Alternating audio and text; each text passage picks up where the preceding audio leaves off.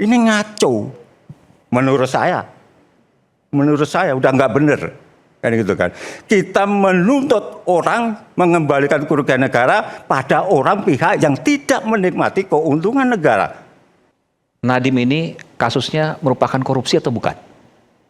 Nggak bisa dijawab seketika bukan, kan begitu. Makanya saya ingin cerita dulu. Tapi kalau Anda berada di posisi sini, Anda Ya. tidak meyakini bahwa ada kesalahan nih Nadiem. Setidaknya itu. Tidak ada kesalahan nih Nadiem. Nggak ada kesalahan. Ya. Kenapa? Ya. Jadi saya baca dakwaannya, ya. Saya juga baca laporan audit investigasi BPKP, kebetulan saya dapat semua. Saya baca surat dakwaannya dan menurut saya pernah jadi hakim atau tipikor 4 tahun, dakwaannya itu kabur. Ya. Tidak jelas korelasinya antara perbuatan dengan akibat yang ditimbulkan kerugian negara. Sama sekali nggak ada hubungannya, gitu kan? Tidak hanya untuk Pak Nadiem, tetapi juga untuk dua direktur yang sudah dihukum dan juga IBAM. Semua perkara ini nggak ada sebetulnya. Persoalannya sederhana, apakah pengadaan komputer laptop itu ya merugikan negara atau tidak? Jawabannya? Ya, tidak ada. Tadi Pak. Tidak ada. Ya, Pak Agung kan sudah cerita. Kenapa Meskipun saya ada laporan sampaikan BPKP. seperti itu? Kenapa saya sampaikan seperti itu? Menurut saya metodenya yang tidak tepat. BPKP tidak tepat metodenya? Tidak tepat. Saya baca. Ya. Jadi BPKP itu auditornya menghitung itu di tingkat produsen harga pokoknya berapa ditambah margin. Kemudian ketika masuk ke distributor itu harganya berapa ditambah margin. Pertanyaan saya, sejak kapan BPKP diberi mandat untuk menentukan margin? Kan begitu. Jadi ini yang nggak masuk akal. Saya masih bisa menerima kalau produk itu sifatnya spesifik, tidak ada di pasar, itu bisa digunakan. Misalnya proyek pemerintah bangun jembatan, mangkrak nggak jadi, nggak ada harga pembandingnya, itu bisa digunakan. Nggak ada orang jualan jembatan. Nggak ada yang jualan. Itu nggak ada. Produk komputer ini dijual di pasar, ya. Dan mohon maaf, ini kan belinya lewat e-katalog. Terbuka lah, Ya, gampang terbuka, nyarinya. e-katalog. Bandinginnya gampang. Ya, e-katalog itu termasuk program pencegahan korupsi yang di-endorse oleh KPK. Ya, tujuannya apa? Supaya pengadaan barang dasar itu cepat, tidak perlu lagi panitia lelang, ya, tidak perlu lagi menyusun HPS. Nah, transparan. Dan kemarin ketua LKPP pun menyebutkan dia sudah melakukan survei di lapangan dan harga yang masuk e-katalog itu harga yang paling rendah. Lalu pertanyaannya, loh di mana kerugian negaranya? Oke. Kan begitu. Nah, kalau kerugian negara yang dihitung BPKP itu dengan menggunakan harga pokok atau harga proses ditambah margin, distributornya juga ditambah margin, praktis semua instansi pemerintah yang membeli komputer yang sama ada kemahalan harga. Pasti. Gitu. Apakah korupsi? Kan begitu pertanyaannya. Dan saya juga mengikuti ya, proses persidangan ketika PPK itu mengklik pengadaan, di situ ada jaksa yang mengawasi, ada inspektorat yang mengawasi, ada BPKP yang mengawasi. Apakah dalam proses persidangan ketiga orang ini diperiksa? Enggak. Harusnya dimintai keterangan loh. Kamu hadir di sana itu kedudukanmu sebagai apa? Harusnya kan quality assurance. Nah, mohon maaf nih, di dalam aksioma audit investigasi ada mengatakan begini, fraud, korupsi itu sifatnya tersembunyi. Ya, kalau kejadian pengadaan Chromebook ini, itu semua orang tahu, Pak. Terang benderang. Terang benderang. Oke. Proses pembelian kliknya itu di hotel, dihadiri oleh ada jaksa, ada BPKP, ada inspektorat, dan inspektoratnya mohon maaf Pak Jasman itu jaksa. Jaksa. Pertanyaannya, kenapa kejaksaan tidak meriksa inspektorat? Apa yang saudara kau lakukan? Dia tidak menemukan apapun loh. Tidak ada penyimpangan apapun pada saat pengadaan laptop. Nah, ini dikait-kaitkanlah dengan apa itu investasi Google dan lain sebagainya. Menurut saya itu cocokologi. Otak-atik gatuk. Nggak ada hubungannya, Pak. Gitu. Persoalannya itu apakah kebijakan menteri terkait dengan program digitalisasi pendidikan yang di sana itu dibutuhkan komputer itu sudah berhasil atau tidak? Di putusan disebutkan di daerah 3T itu tidak memberikan manfaat maksimal karena tidak ada jaringan internet. Nah, saya mencoba mengkaitkan dengan proyeknya atau program Kominfo terkait dengan pembangunan BTS. Dan kita tahu pembangunan BTS itu mangkrak. Mangkraknya di mana? Justru di daerah-daerah yang terpencil. Kan begitu. Kasusnya kan itu. Ya. Apakah itu ada hubungannya atau tidak? Ya. Misalnya seandainya BTS itu terbangun dengan baik, apakah komputer Chrome itu bisa mengakses, ya, bisa digunakan dengan baik? Dan kesimpulannya pun menurut saya juga nggak benar. Kalau yang dipersoalkan itu hanya komputer yang di daerah 3T, kenapa semuanya kemudian dijadikan masalah 100%, kan begitu? Ini kan juga nggak pas. Kerugian negara itu ya di mana ada masalah, disitulah yang dihitung. Yang nggak ada masalah, ya harusnya nggak dihitung. Karena ini nggak total. Dan ada juga, saya baca di dakwaan itu ada keanehan, kejanggalan. Pasal 2, pasal 3 umumnya itu adalah pihak yang diperkaya mendapatkan keuntungan, itu biasanya juga masuk di dalam proses pendakwaan. Karena apa? Ketika hakim memutuskan ada kerugian negara, ya, ada penguntungan pihak lain, orang yang menerima keuntungan itulah yang harus mengembalikan kerugian negara. Kan begitu. Nah, dalam proses pengadaan laptop ini, siapa yang diuntungkan? Para vendor loh.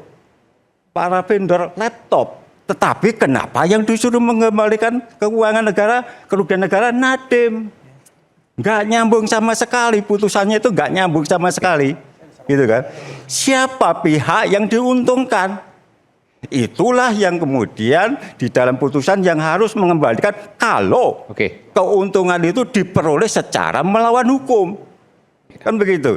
Makanya kemarin majelis hakim juga mengatakan tidak bisa dia memenuhi tuntutan jaksa terkait pengembalian kerugian negara 1,5 triliun. Karena apa? Yang diuntungkan itu korporasi-korporasi yang menikmati keuntungan dan tidak ada dalam surat dakwaan. Kan begitu. Nggak ada. Bagaimana dia akan diminta mengembalikan kerugian negara? Salahnya aja nggak jelas. Kan begitu. Salahnya apa? Nggak ada Pak di dakwaan itu. Nggak ada sama sekali. Dan nggak hanya persoalan ini saja, perkara Pertamina itu juga sama. Konstruksi hukumnya sama. Ini ngaco. Menurut saya udah nggak benar. Kan gitu kan. Kita menuntut orang mengembalikan kerugian negara pada orang pihak yang tidak menikmati keuntungan negara. Yang disebabkan karena timbulnya kerugian negara. Kan itu. Kerugian negaranya pun itu tadi saya sampaikan, perhitungannya metodenya nggak pas, Pak, gitu kan. Ini jadi ya seperti disampaikan tadi, apakah Nadiem salah? Ya kalau menurut saya dari konstruksi dakwaan sampai dengan pertimbangan fakta persidangan nggak ada tuh salahnya, nggak ada Pak, gitu. Saya juga bingung, gitu loh. Ya mohon maaf kan, gitu kan. Itu saya lihat dari kacamata saya sebagai 20 tahun sebagai auditor. 4 tahun sebagai hakim tipikor dan 9 tahun saya mengawasi proses penindakan di KPK. Saya mempertanyakan, misalnya, kira-kira kalau perkara Nadiem itu dilaporkan di KPK, apakah KPK akan menindaklanjuti? Saya yakin nggak akan ditindaklanjuti. Nggak akan. Ini problem besar. Problem besar penegakan hukum kita di sini. Ada 3 lembaga penegak hukum yang memiliki kewenangan memberantas korupsi, tetapi nggak ada siapa yang berwenang melakukan quality assurance. Jadi bisa timpang, bisa jadi perkara yang di KPK nggak ditindaklanjuti, di instansi lain ditindaklanjuti, atau instansi lain itu menjadi perkara korupsi. Tapi kalau dilihat dari kacamata KPK, ini bukan korupsi. Ini kan problem penegakan hukum, keadilannya kan ke situ. Kenapa bisa jadi begini? Ya tanyalah pembuat undang-undang. Kan gitu kan. Kenapa masih dipertahankan 3 penegak hukum yang memiliki kewenangan yang sama? Tetapi tidak ada yang menjadi quality assurance. Supaya apa? Ya supaya perbuatan yang sama itu dilakukan penindakan yang sama. Kan begitu. Di diperlakukan sama kan gitu.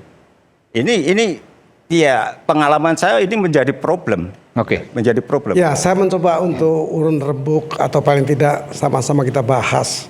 Saya tidak memasuki putusan maupun kasusnya, tapi kira-kira mendengar uraian Bapak yang barusan ini, saya mempunyai gagasan baru untuk menemukan apakah ada dalam kasus ini kebijakan yang dilanggar dan menimbulkan tuntutan sehingga menimbulkan putusan. Saya mencoba membahas mengenai kewenangan. Kewenangan diatur di Undang-Undang 30 tahun 2014 itu mengenai administrasi negara. Di sini saya akan mempersoalkan, mungkin bisa dipikirkan juga oleh semua pihak di sini.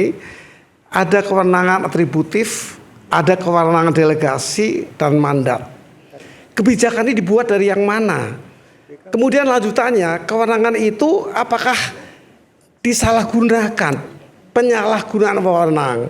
Tadi saya sempat mendengar bahwa ada blocking terhadap merek-merek tertentu. Ini saya dengar tadi, saya tidak memahami betul apa tidak, tapi saya dengar seperti itu. Nah, ini apakah merupakan penyalahgunaan wewenang seorang menteri? Ini pertanyaannya. Kemudian apa mencampur adukan wewenang antara yang bersangkutan sebagai pemilik perusahaan dan sebagai pejabat negara berstatus menteri? Ini hal-hal yang perlu juga dipertimbangkan. Jadi bukan hanya kerugian negara saja dalam bentuk kerugian, tidak. Berbagai hal bisa dikaitkan kalau dilakukan. Ini pandangan saya. Kita teliti, ada apa tidak penyalahgunaan wewenang dalam jabatannya.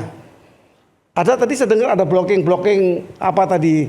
Tolong dijelaskan, mungkin Bapak tahu. Ada blocking untuk merek misalnya.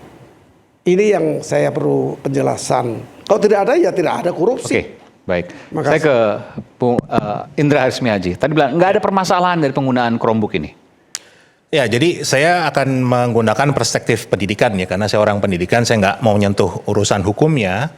Jadi disclaimer dulu, saya praktisi pendidikan, spesialisasi saya adalah teknologi pendidikan. Salah satu program yang saya pernah tangani adalah program One Bestarinet, yaitu program yang tadi disampaikan oleh Prof. Gayus, pengadaan Chromebook di Malaysia yang diadakan sejak tahun 2011 itu menyasar 10.000 sekolah yang harusnya diselesaikan selama 15 tahun ya, tetapi dihentikan baru di tahun ke-8 2019 dihentikan. Atas kebijakan Nadiem ini? Bukan, ini kita Chromebook? ini Chromebook di Malaysia. Oh, Malaysia. Oke. Di Malaysia. One Bestarinet ini Malaysia. Oke. Kenapa dihentikan?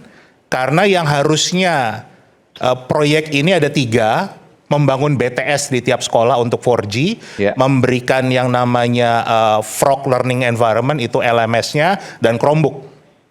Setelah 8 tahun berjalan, ternyata adopsinya, bagaimana sekolah memanfaatkan teknologinya itu di bawah 5%. Jadi di stop. Karena kalau diteruskan, yang rugi adalah rakyat Malaysia kan. APBN mereka terbuang sia-sia, uangnya begitu banyak, ya kan.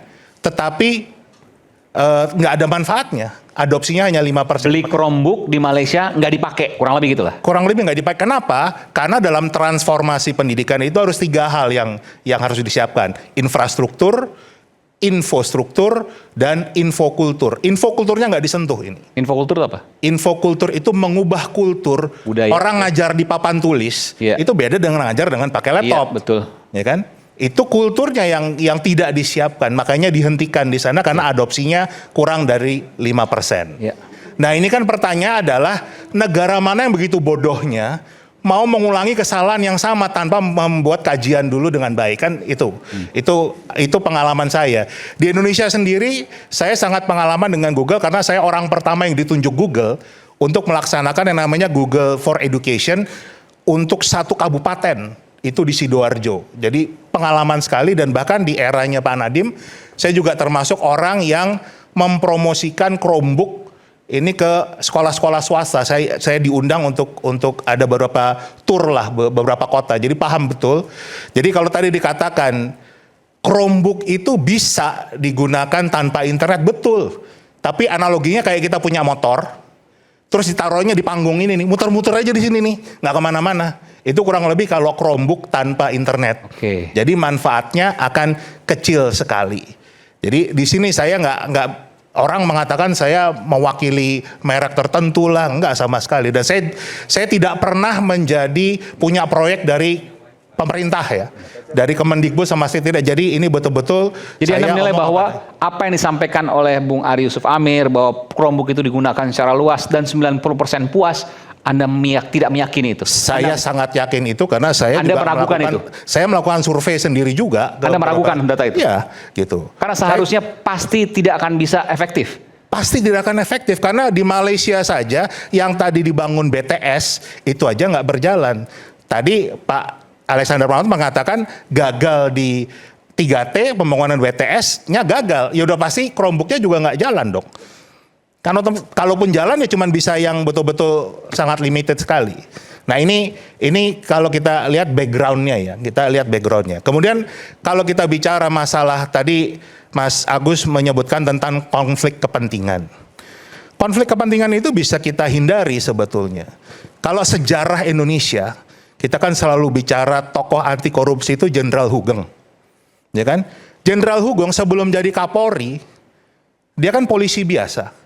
Untuk menambah income keluarganya, dia harus meminta istrinya jualan bunga, toko bunga. Tapi begitu beliau diangkat, waktu itu belum jadi Kapolri, diangkat menjadi kepala imigrasi. Apa yang dia lakukan?